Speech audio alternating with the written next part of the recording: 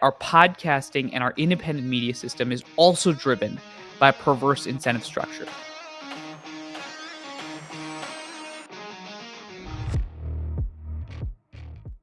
Welcome back, everybody, to another episode of The Hopeful Majority. Today's question: what is your bubble? The Israel-Iran conflict has been on full conflict mode in the last 2 weeks. It's consumed global attention, the media's attention, rightfully so. And the question that's been on my mind is there's a lot of different competing views. There's a lot of different ideas. A lot of pundits are advocating for different approaches, different methods. I'm sure some of you watched the Tucker Carlson, Ted Cruz debate. I'm sure other folks have watched independent media. Folks are watching mainstream media. What is your bubble?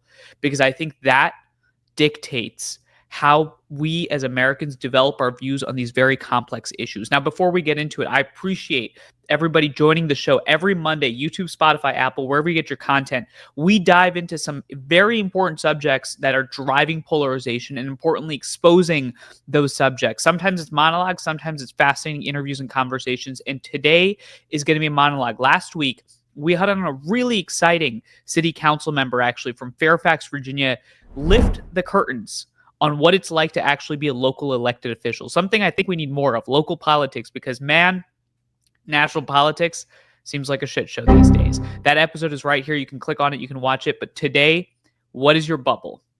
Israel-Iran conflict. Here's why I'm thinking about this. We're going to cue a video that Bridge USA just posted that shows how the right-wing and the left-wing media have been talking about this conflict. Let's cue the video. Common wisdom about this president, about the political movement that he leads, is that he is supposedly isolationist, that he is supposedly anti-war. That's always been kind of a lazy common wisdom. He has threatened military action against Panama, against Canada, against Denmark in order to seize Greenland. And now he appears to have entered the United States military into a war in Iran. Israelis woke up this morning to the news that President Trump did the single most heroic thing that any American president has ever done in the Middle East. Yeah, well, just think we're in such a better place as a result of the attack than what we were before it.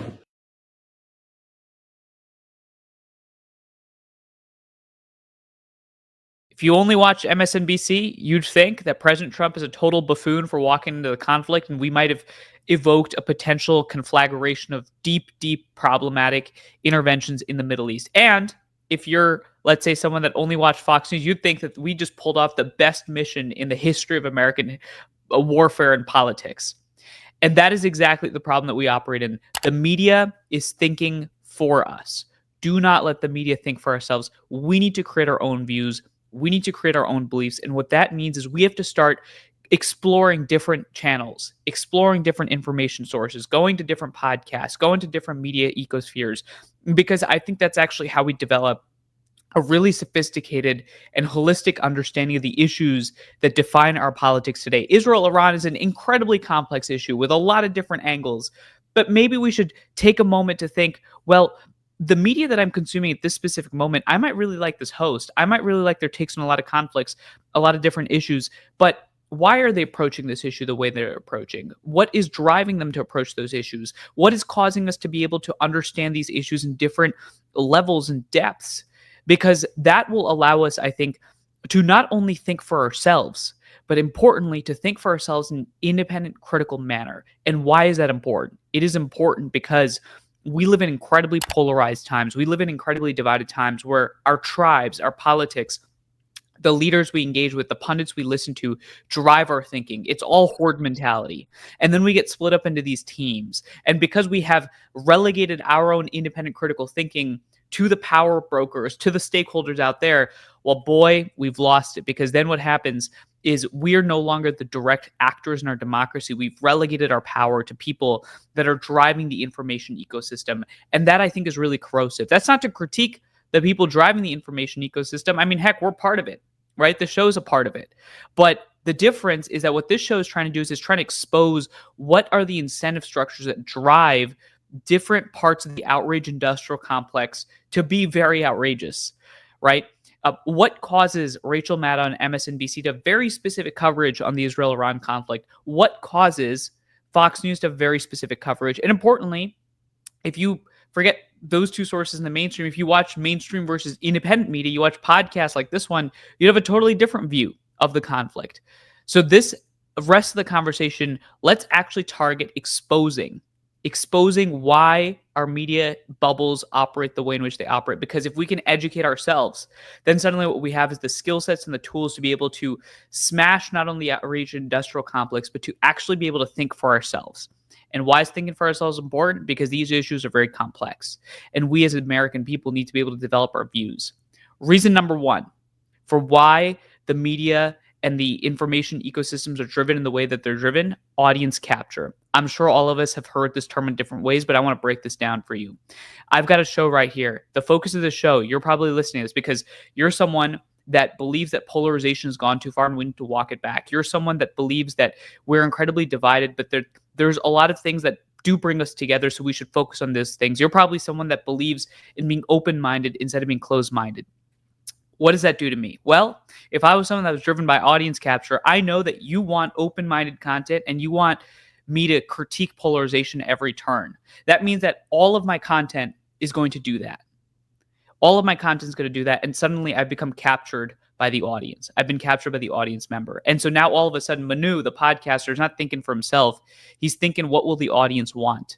MSNBC, well, their audience leans left. What is the left's view on this type of conflict? It might be a certain way. So they got to drive the narrative towards that direction if they don't want their audience to disengage. If you're Fox News, what is your audience? It's probably center right to extreme right.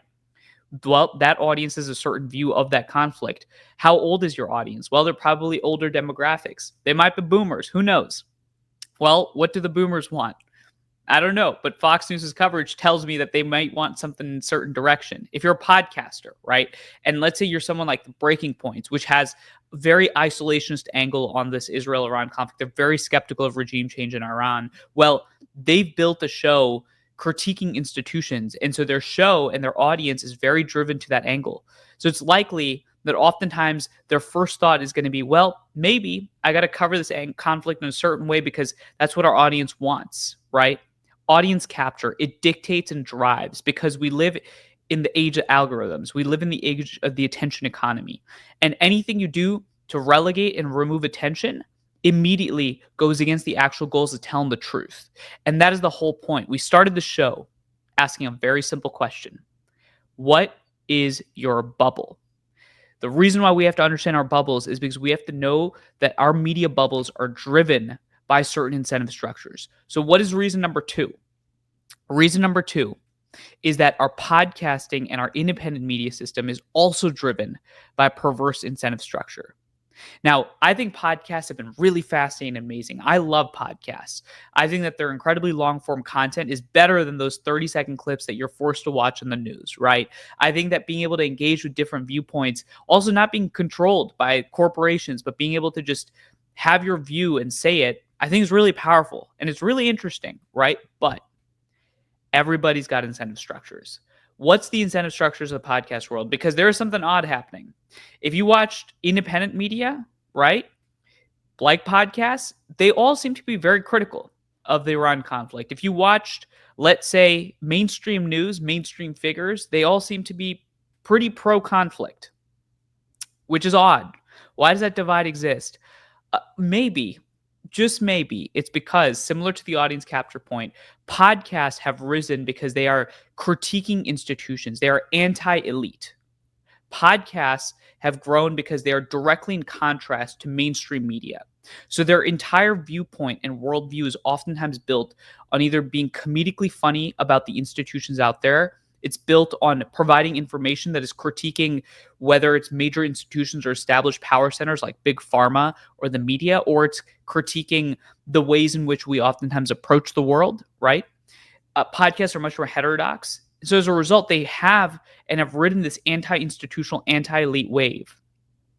In some ways, they've got this populist bend to them, right? Which is, again, really exciting. But what that means is in a conflict like Israel-Iran, right? What is the anti-institutional, anti-establishment view? It is a view that is critiquing that conflict. It is a view that is skeptical of that conflict. And so podcasts in general, whether you listen to Theo Von, you listen to Breaking Points, you listen to Joe Rogan, a lot of them have this view of being very critical, skeptical, right? Tucker Carlson. flip also applies to mainstream media, right? Because neither are off the hook. The mainstream media is the institution. It is that quote unquote elite class, at least still as of now. And so as a result, oftentimes their bend is going to be one that is built on supporting institutions, supporting existing knowledge, supporting the quote unquote blob, right? Supporting the foreign policy establishment, because they are by definition oftentimes defending an institution. So reason number 2 is understanding that there are specific and incentive structures that are driven by the power structures that those institutions occupy. Podcasts are anti-institutional by definition. They displace the media. They oftentimes have this then critical view of the Israel-Iran conflict. Media, on the other hand, mainstream media has got the flip. Reason number 3. We talked about this a lot in the show, but I think it is especially important to underscore right now. Algorithms and clickbait run the way that the news thinks about engagement. It's oftentimes not the truth that is driving media and newsrooms. It is oftentimes what headline, what conflict, what way is this going to be shaped so that I can actually position my paper to get the maximum news. And that's not the paper's fault necessarily. The social media is built that way, right? They got to compete. But what that means is grabby headlines, catchy headlines for the sources that you consume are what are going to drive your attention. And because that is what's going to drive your attention, what that means is that they're going to spin up the conflict, they're going to drive the conflict, they're going to paint it in a certain way. So those are our 3 reasons. Why do those 3 reasons matter? It's because the media is thinking for ourselves, and we cannot let that happen. Don't let the media think for yourself. The media that we consume oftentimes drives our views, especially in a complex conflict like Israel-Iran. And that video that we played at the start of this podcast that showed Rachel Maddow having one view and the Fox News host have another view, that is happening at scale all the time. And in a world of AI, disaggregated information, that's going to be even more, 10x fold. And so we're all going to be living in these highly fragmented bubbles. And you know what happens in that world? You know who loses? It's us, the American people, because we're highly fragmented. And when we're fragmented, we're easily divided. And when we don't do the hard work of saying, what is my bubble? Let me go beyond my bubble. Let me purposefully introduce myself to other information. We're not only robbing ourselves of the opportunity to think for ourselves, but we're reducing these very complex problems and issues that exist in our society to quote unquote simple views. And those simple views just don't exist, because those simple views are oftentimes not the reality. They're driven by things like audience capture. They're driven by whether you're a podcast or a mainstream outlet. They're driven by the fact that they want to drive clickbait on an algorithmic world. So ask yourself, what is your bubble? Every Monday, the goal of the Hopeful Majority is to expose things like this. It's to interview and engage with fascinating guests. It's to build a majority of people that believe that we have to be open-minded, we have to be critical thinkers, we have to ask very difficult questions, we have to be provocatively curious at a time when most people are closed-minded, because that is actually how we build the America that we all want to live in. Oh, an America where different viewpoints, different ideas are actually out there and exposed, and that you can actually engage and listen, and you're not walking on eggshells. And if that's someone that speaks to you, then you're actually part of the Hopeful Majority, and I appreciate your support. Every Monday, YouTube, Spotify, Apple, wherever you get your content, leave a like on YouTube, review Spotify, Apple. We got to build this majority together, people, because we need more people asking the question, what is your bubble? What is my bubble? We need more people asking questions of what is driving the media incentive structures of the information that I consume. Because if we aren't doing that, then we've seeded the game. I'll see you next week. Thank you for joining.